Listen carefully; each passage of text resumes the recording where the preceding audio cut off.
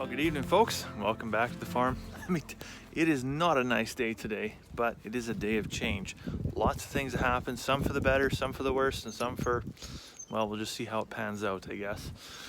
A lot of pennies have changed hands in the last day or two. You'll see this is not like it used to be.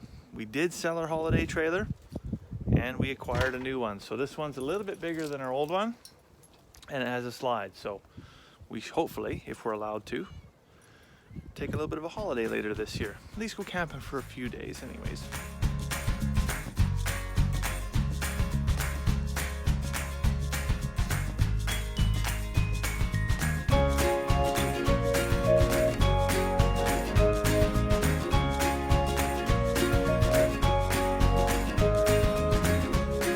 The other thing we did is we purchased a generator for the farm. So we found this Honda 3000 generator on Facebook. There was actually quite a few of them. I was going to look at one today, and then it was sold pending pickup.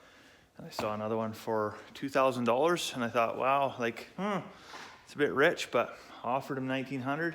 But he said, well, you know what? I dinged it in my truck, and I'll give it to you for $1,800. So I thought, you know what? That's $200 less than what he asked originally. And this is the ding, this tiny little scratch right there, $200 scratch. I'll take that all day long, but that adds a lot of security to us here.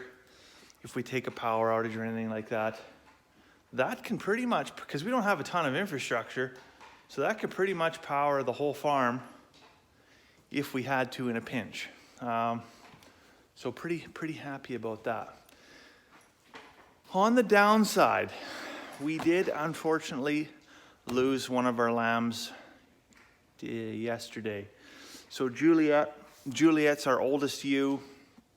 One of her lambs, unexplained death, looked healthy, not bloated, not sat on, just looks like it went to sleep and didn't wake up. And that really just comes down to slippage. I've talked about slippage in some other videos, but this is the losses that happen when you're not on farm, when you're not around. So, you know, by our own admission, this whole venture is possible by way of off-farm income. And sometimes, unfortunately, we do take some losses, some of which may be because we're not home, and some of which we're just not able to explain because we're not home. Either way, it's very unfortunate. So yeah, so we were batting 100%. We had all fantastic group of lambs, hadn't taken any losses until we took this one. So that's pretty unfortunate. But I'm just about to fire up the tractor here, and we're gonna go run a bale out to the sheep. It's snowing right now, as you saw, so that's going to be miserable. We've had some really, really beautiful weather, actually, up until right now. But it's going to be minus 11 tonight, and it looks like the 2-week forecast is going to be, meh. Yeah, it's not going to be snowing. It's going to snow today and be cold tomorrow morning, but it's going to look pretty, well, seasonal. We'll just say seasonal for the next couple of weeks. We got our warm weather in. We should be thankful for that, I guess. I just took a bucket of grain over into the lambing pen there and fetched up all the ewes into a smaller pen. We're gonna run them a round bale in here. Figured it was just easier to pen up all the ewes, and then hopefully the lambs stay close to their mamas. So if I go to drop a round bale and there's a lamb anywhere near there, that'll be a bad day at the farm for sure. I gotta go all the way around here now because we got Carmen's round pen set up here for the horses. We just set that up here this afternoon. It's like a 60-foot round pen, so it's like going halfway around the world just to get around this thing to grab a bale. But hopefully we'll make good use of that, training some horses here this summer. Well, even later this spring when the weather actually smartens up again.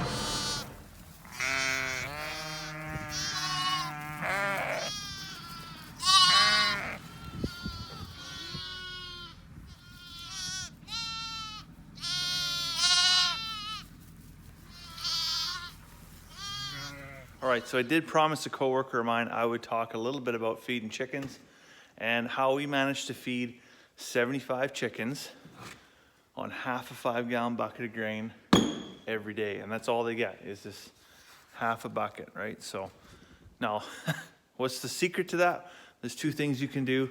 And I will say, full disclosure, this works for us based on some environmental things. So, in your particular situation, this may not work for you because of your own unique setup, your own unique reasons, wildlife, all that stuff that comes into play. So this chicken feed here, this is what we get from Bloom Enterprises here locally.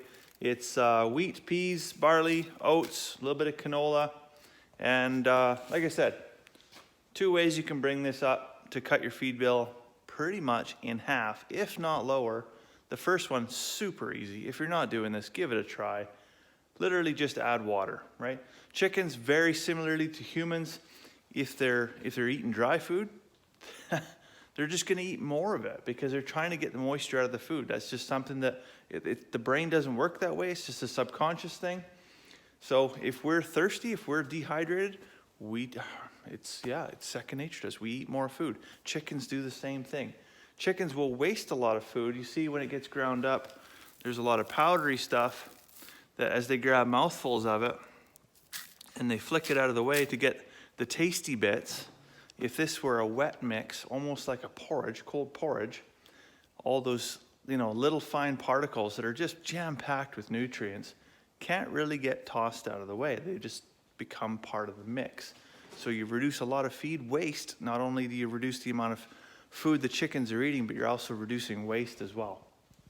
The other thing you can do, if you filled this up with water, just put a little bit more water than you would, come up to about here, jam a lid on this bucket, and let it sit for 3-4 days and ferment that feed. You're gonna wanna have, a good 3-4 inches of water cap over top of the grain, just so that you can keep an oxygen barrier there. That'll allow that fermentation process to happen. If you don't have enough water, you can end up with some mold, and that's gonna just go sideways on you. But yeah, as long as you got lots of water in there, you can ferment this. That's unlocking even more nutrients. Anyway, so here's the thing that's unique about our farm and how we're able to make this particular amount, such a low amount, work to feed such a large amount of birds. Well, there's a couple things we do. So yes, we feed the grain, but we feed the wet grain directly on top of our compost pile.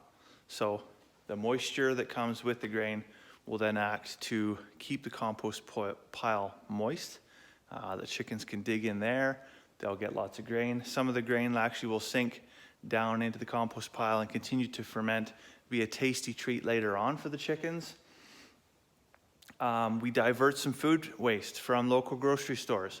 Now, some folks aren't keen on that, right? They're like, well, why would you feed your chickens people food? Like, that's harmful. That's going to kill them. Well, I'm sorry, Deborah, it's giving you diabetes too. No, you just got to be selective in what you give them, making sure you're giving them fruits, vegetables, things like that would otherwise just go in the dumpster to the landfill. There's no reason why, if I can eat it, the chickens can eat it. And if the chickens can't eat it, I shouldn't be eating it either. That's the reality. No chips and chocolate bars for the chickens. Then the third thing we do is forage and free range. So when I say forage and free range, I mean free range. So, the definition of free range is that chicken has access to the outdoors. But, for a lot of large commercial places that sell their eggs as free range, just because they can go outside and they have a little, square run the size of this shop and they have 1,000 chickens in there, isn't free range. Here, 75 chickens have full run of 140 some acres. They don't obviously use all of that, but they do use a lot of the whole yard site. And so they're able to get grass, bugs, worms, all kinds of stuff on top of the grain we give them, on top of foraging through the compost pile. And so they get a ton of nutrition from that. We see that most definitely in the yolks of our eggs. They're full, they're rich, they're flavorful, and the chickens aren't lacking anything at all. So now what makes all this work? Well, honestly, it's the dog. As wild as that is, it all comes down to the dog. If we didn't have an LGD here, I'm pretty sure we'd have 5 or 6 coyotes, just all you can eat chicken buffet every night. We're already feeding the dog to protect the sheep, so the dog might as well protect the chickens as well, and it costs us no more dog food for him to pull double duty sheep and chickens than it would anyways. So that's worked very well for us.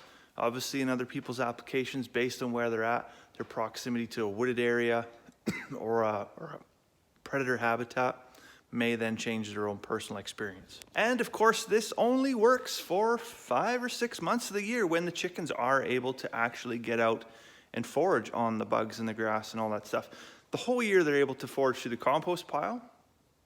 But in the winter months, in the extreme winter months, we're obviously giving them, double this amount of grain every day, and making sure that they're adequately fed because of their inability to forage. But during the summer months, man, oh man, it's the easiest thing in the world, because they literally will just 5 o'clock in the morning, they're out of the chicken house and they are digging. Wow, are they ever landscapers, man? They are looking for bugs, microbes, tasty bits in the grass. We're seeing right now behind the shop, because we've been running sheep in behind the shop, and this is kind of a soil conservation project we have going on back here. We had a blend of sandy soil with some clay soil, and that on a steep decline, so there was a lot of soil erosion and not a lot of grass or vegetation growth in there. So we added sheep over here to drop manure. We bale graze to add organic material to the soil. And now the chickens are actually going and spending more and more time in there now that the weather's warming up, and they're scratching and tilling and working that organic material into the soil, as well as scratching all the grass seed in the soil. So this will actually be, maybe not this year, but by next year for sure, will be a lush green pasture, 2 little paddocks in behind the shop here. And it'll be a great place for the chickens to go and graze and get lots of fresh grass. Right now we're seeing, as the weather warms up, you'd never know today because it is quite cold, but the last few days when it has been warmer, lots of flies have been coming down and laying their eggs in that sheep manure, and that's a huge incentive then for the chickens to come and scratch through that manure and work the manure into the soil, because they're looking for the fly larvae, and that's a very high protein, tasty little treat for the chickens that again will reduce your feed cost. The other thing you can do to reduce your feed cost, and this is something we don't do, for me it presents a bit of an ethical challenge. But it is a widely recognized, perfectly normal, natural process, happens in the wild, and again, recognized permaculture practice is a maggot bucket. So as I mentioned earlier, one of our lambs just out of the blue died. So what you can do, and again, we choose not to do it, that's our personal reason, but it may work for other people, is to take a 5-gallon bucket, drill a bunch of holes in it, and put whatever dead animal you just lost, rabbit, a chicken, a lamb, whatever it might be, into that bucket and hang it somewhere. And you got to be conscientious of where you hang it, because, I mean, it's going to decompose and there's going to be some odor, and you're not going to want to obviously have that wafting into your kitchen window. So place it somewhere, in proximity to your chicken coop, but somewhere where, it's not going to stink up the yard. So as that decomposes, it's going to attract a bunch of flies. Flies will come in, they'll lay a bunch of eggs in there. As the larva develops, the maggots drop out of the bucket, and the chickens just literally have an all-you-can-eat buffet. Very high source of protein for the chickens, and like I said, will reduce your feed costs lots, but it's not something I'm going to try. Something I would be interested in, but it's definitely something I know I would never, ever be able to swing by my wife, so I'm just not going to entertain it. Anyways, if you've got any unique ways that you found that work well for you to reduce your feed cost, go down below, drop them in the comment section. We'd love to hear from you. I'm sure other viewers as well would be willing to bounce ideas off each other. It's a fantastic way for us all to learn and get better at what we're doing. But for now, it's snowing, it's miserable, it's gross. It's time for me to go inside and fetch up a cup of tea. So I'll let you go for now. I hope you have a fantastic evening, and we'll see you tomorrow.